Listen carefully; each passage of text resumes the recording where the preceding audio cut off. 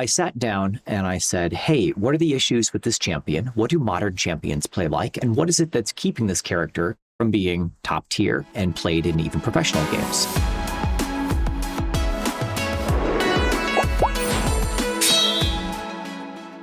Now, the issue at the core of things was that Xerath fundamentally was just really outdated. He had a system where he marked a player with an ability that the players couldn't dodge or avoid. And then if you had your ultimate up, you could guaranteed turn that into a stun, which then kind of led to, okay, once you were hit with that mark, which was not avoidable, you were locked down and murdered. But who wants to come out of the bush and have their entire team just blown up, right? I went and looked at similar characters, in this case, Varus, who had the ability to press and hold a shot and then shoot out a missile that went further and further distances based on how long he drew back his bow. So what I did is I then refactored his Q ability so that it was one ability. You press and held it, and the longer you held it down, the longer the line went. You release it, and it was otherwise exactly the same.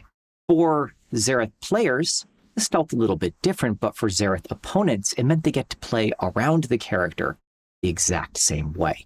And this is super important. When you're designing League of Legends champions, you need to be thinking about the counterplay first to every ability. Next, I went and looked at the stun ability. Now, stun abilities in League of Legends have dramatically changed since the original release. Back in the original release, we had Ryze, who had an instant cast root. We had Scion, who would point and click stun you at a distance and then run up and smash you in the face. So modernizing the champion meant giving more gameplay. And my first experiment with it actually made a little stun zone kind of appear as a hand, and it reached out and then dragged towards the Xerath. Turns out, though, that this made players run towards you. And as a Xerath player, you want to keep everyone away from you as much as possible. So instead, we replaced the mark stun that had to be followed up with another ability by a skill shot. This very simple skill shot fired out, it hit the enemy, stunned them. And that was the two pieces we had about Xerath. Super long range, but you needed to read the future. I changed it so that the stun would be only a half second at point blank range, but 1.5 seconds if you hit someone at max range. So this gave you a reason to kind of let the enemy think they were getting away, as long as you could predict where they're going, and hit them with just the end of that stun and get the biggest payout. With those two abilities, the core loop now worked. You could catch someone, charge up your shot, and fire it. Now all that was left was to sell the fantasy of Xerath. Now Xerath was still, in a lot of people's mind, this ultimate AoE mage. So I took the ultimate, and I made it a basic ability. I made it so it did full damage at the center, the same amount of damage as an ultimate blast. But around the outside, it did 70% of the damage, right? Not quite as much. But it would slow anyone that it struck. It turns out this made for a perfect internal loop. If you're having trouble stunning someone, you drop your big AoE and slow them, making it easier to land the stun. If you can land that stun perfectly, well, then you follow up with this precise sweet spot, this little bullseye in the middle of the AoE, and get more damage out of it. At this point, I knew that Xerath's kit was basically complete, right? Core kit worked, it functioned just as Xerath had for opponents and for most players in lane the same way. But what did I want to do with the ultimate? The very first thing I tried was a laser that you could click on the screen, draw on the screen, and then it would call down like this god ray from the sky and literally just draw the pattern that you drew in the world. And we actually had some fun times with people drawing obscene objects and all that, which kind of said, okay, we really can't have that in there. But it had its worst problem, which was that the best way to play was to take the laser and just keep drawing over the same spot over and over again so it just stayed there. That's not fun, that's not interesting, it doesn't make use of the cool thing I had built. Instead then, we changed it to a series of clicks. 30 clicks, you could go 30 different spots, and you just kind of drew down a pattern of missiles that would fire down. But again, same problem, spam them all on the same place. So Daniel Xenon Klein, who collaborated with me at the end of the project, went and said, let's just chill this out. And so he went and made it 3 or 4 shots. And then we actually said, hey, this is great.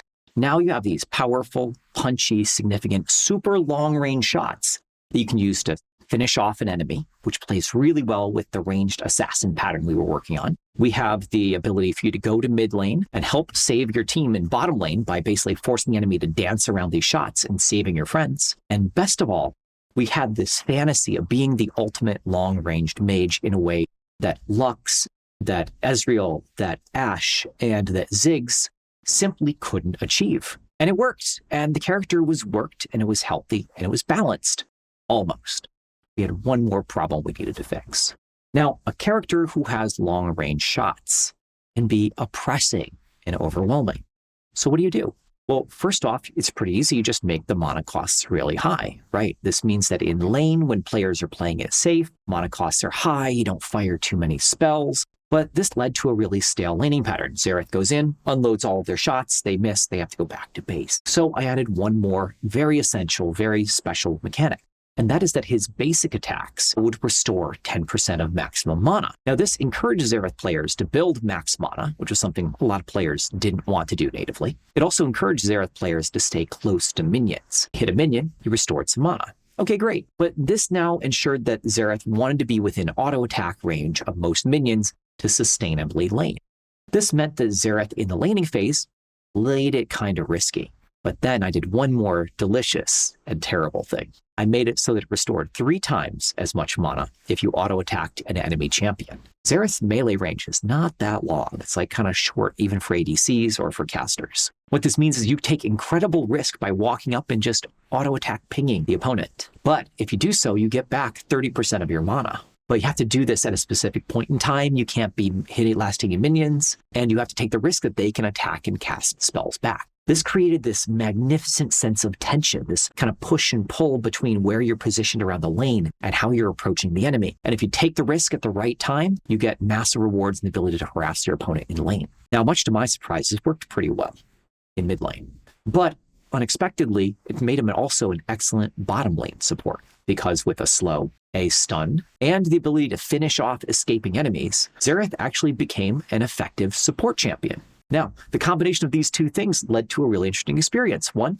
solo players who love playing Xerath could continue playing mid lane, and capable bottom lane teams who needed more poke all of a sudden had a new support champion to pick. This was really exciting, and between the combination of all of these factors, solo players all of a sudden were going from 55% win rates and like 0.1% play rate, right? I mean, it's 1 in 10,000 people or so were actually playing this character, to seeing him in 12% of professional games, with a 50 to 51% win rate and a 50 to 52% win rate in solo games. We took a character who was overpowered, made him more engaging to play, and by the time I had left League of Legends, he had been played by 12% of the player base, which was up from like the 1% that had been playing it before.